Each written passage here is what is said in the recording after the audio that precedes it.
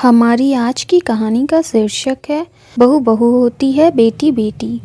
संगीता की सास ने उसे ये क्यों कहा कि वो उसे बेटी जैसा नहीं बहू जैसा ही प्यार देगी। उनके इस बात का संगीता पर क्या असर हुआ। संगीता, मैं तुम्हें यह नहीं कहूँगी कि मैं तुम्हें बहू नहीं बेटी ही मानूंगी। बेटी बेटी होती है और बहू बहू होती है। मैं तुम्हें बेटी जैसा प्यार नहीं दूंगी, मैं तुम्हें बहू जैसा प्यार ही दूंगी। रह रह कर होने वाली सांस के ये शब्द मेरे दिमाग में हथौड़े की तरह वार कर रहे थे। आज मुझे देखने प्रमोद के साथ उसके मम्मी पापा और दीदी जीजाजी आए थे। प्रमोद और मैं दोनों ही इंजीनियर हैं। प्रमोद की जॉब मुंबई में थी और मेरी बेंगलुरु में। प्रमोद मेरी फूफा जी के दूर के रिश्ते में कोई लगते थे। बुआ जी फूफा जी प्रमोद की और उनके परिवार की तारीफ करते थकते नहीं थे। प्रमोद के मम्मी की तो फूफा जी इतनी तारीफ कर रही थी जैसे कि वो खुद इंजीनियर हैं। पति और बेटा दोनों इंजीनियर हैं तो जाहिर है कि पैसों की कोई कमी नहीं है, लेकिन घमंड नाम की कोई चीज़ उनमें नहीं है। लड़ाई झगड़ा करना तो उन्हें आता ही नहीं।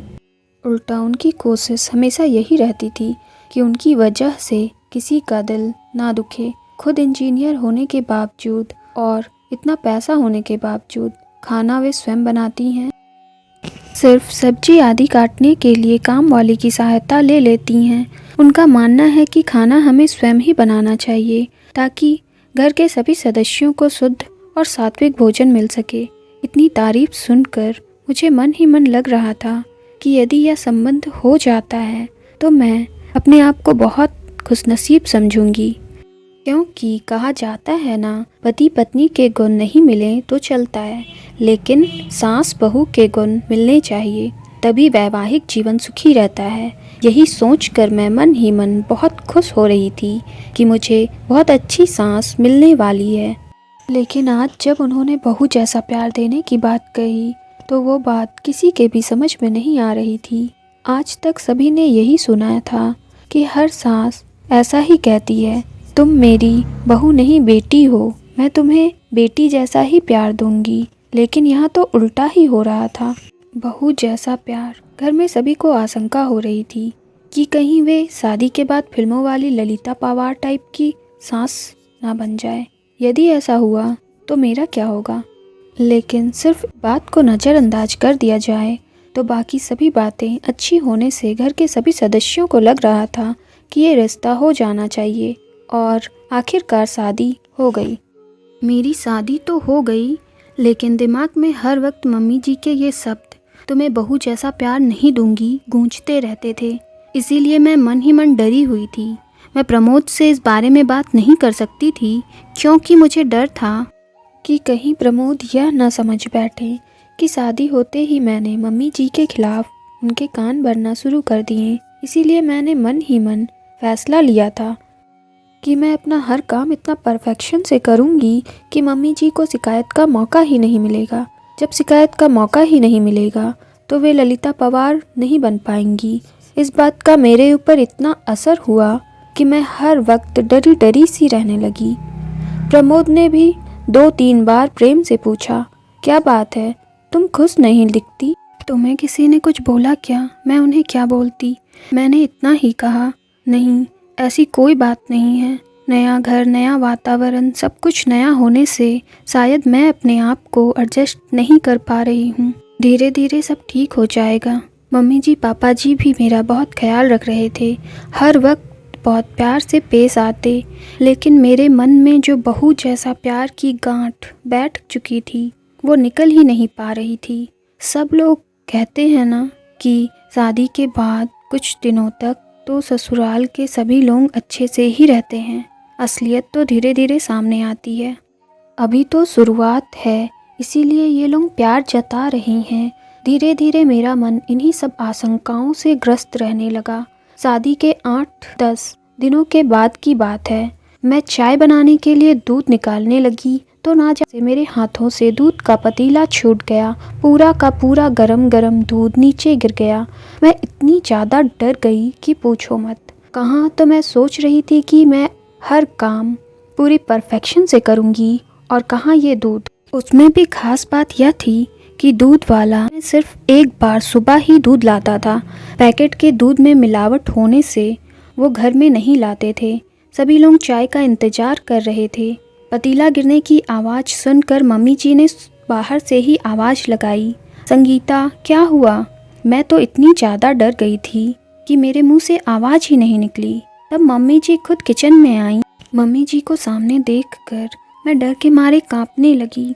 मुझे लगा कि अब वे ज़रूर ललिता पवार बन जाएंगी, क्योंकि अब कल सुबह तक किसी को भी चाय नसीब नहीं होने वाली और सभी को चाय पीने की आदत है।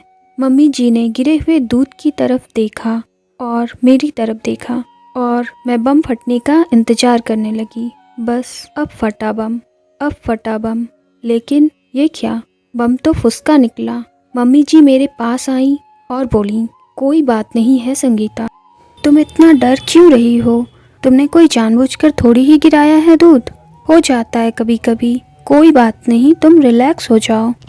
लेकिन मम्मी जी चाय कौन से दूध से बनेगी? दूध वाला तो कल आएगा, मैं भी पैकेट का दूध मंगा लेती हूँ। लेकिन आप ही ने कहा था कि अपने यहाँ पैकेट का दूध नहीं लाते। लाते तो नहीं, लेकिन सभी को चाय का एक तरह का नशा हो गया है, तो चाय के बिना तो नहीं रहेंगे, इसीलिए इमरजेंसी में एक आध बार चलता है पैकेट का दूध। हम लोग ऑफिस में पीते हैं ना, वहाँ कौन से दूध का उपयोग किया गया है क्या हमें पता चलता है? ऑफिस में हमारी मजबूरी है, लेकिन घर में जहाँ तक संभव हो शरीर के दृष्टिकोण से जो अच्छा रहता है वो करना चाहिए, इसीलिए पैकेट का दूध नहीं लेते। लेकिन एक आध बार में कुछ नहीं होता, रोज़ रोज़ थोड़ी ही दूध गिर जाएगा। अब तुम रिलैक्स हो जाओ। मैंने सोचा, मैं फिजूल ही इतना डर रही थी। मम्मी जी तो कितनी अच्छी हैं।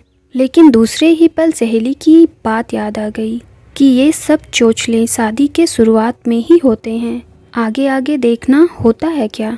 यह बात याद आते ही फिर से मन में वही डर समा गया। एक दो बार और इसी तरह छोटी छोटी गलतियां हुईं, लेकिन तब भी मम्मी जी ने मुझे बहुत प्यार से ही समझाया। 4-5 महीने के बाद की बात है। सभी को पालक पनीर की सब्जी बहुत पसंद थी। आज रविवार की सभी की छुट्टी होने से पालक पनीर की सब्जी बनाने का तय हुआ। सब लोग खाना खाने बैठे तो जैसे ही उन्होंने पहला कौर मुंह में लिया तो बहुत बुरा मुंह बनाया और एक घूंट पानी पीकर बोले कि सब्जी में नमक डाला है कि नमक में सब्जी डाली है? आज डबल नमक है सब्जी में। हे भगवान, अब जरूर मम्मी जी अपना बहू वाला प्यार दिखाएंगी। कहेंगी कि तेरी मम्मी ने यही सिखाया है क्या? पढ़ लिख कर नौकरी कर रही है, इसका ये मतलब नहीं है कि तुम्हें सब्जी बनाना भी नहीं आना चाहिए। तुम्हारी माँ ने तो कहा था कि मेरी बेटी को सब आता है, फिर ये क्या है? मैं ये सब सोच ही रही थी कि इतने में मम्मी जी ने मुझे ज़ोर से झंझोड़ा, संगीता, संगीता, क्या हुआ? तुम काँप क्यों रही हो, रो क्यों रही हो? कुछ नहीं, वो सब्जी मम्मी जी, सॉरी, नहीं मालूम आज कैसे ये नमक डबल हो गया। अब सब लोग खाना कैसे खाएंगे? फूल गोभी की सब्जी, दाल, चटनी और अचार है ना, खा लेंगे, तू घबरा मत।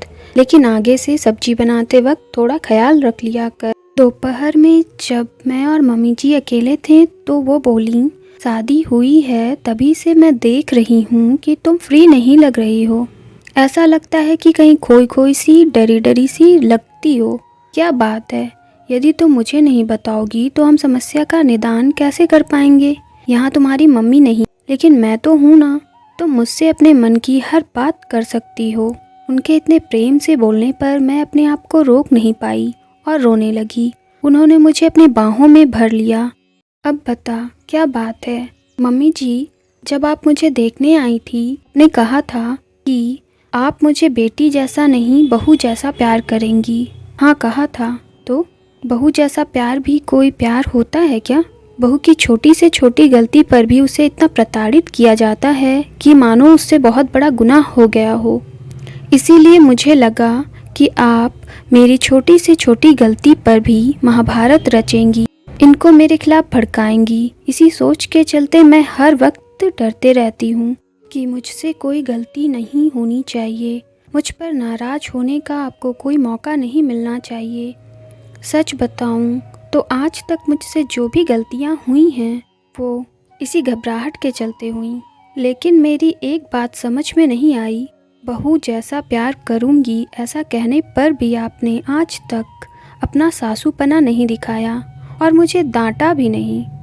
फिर आपने ऐसा क्यों कहा था कि आप बहू जैसा प्यार करेंगी? अरे पगली, मुझे नहीं पता था कि तू मेरी सीधी सी बात को इतना दिल पर लगा लेगी। एक बात बता, क्या कभी तूने किसी माँ को अपनी बेटी से यह कहते हुए सुना है कि वो उसे बहू जैसा प्यार करेगी? नहीं ना।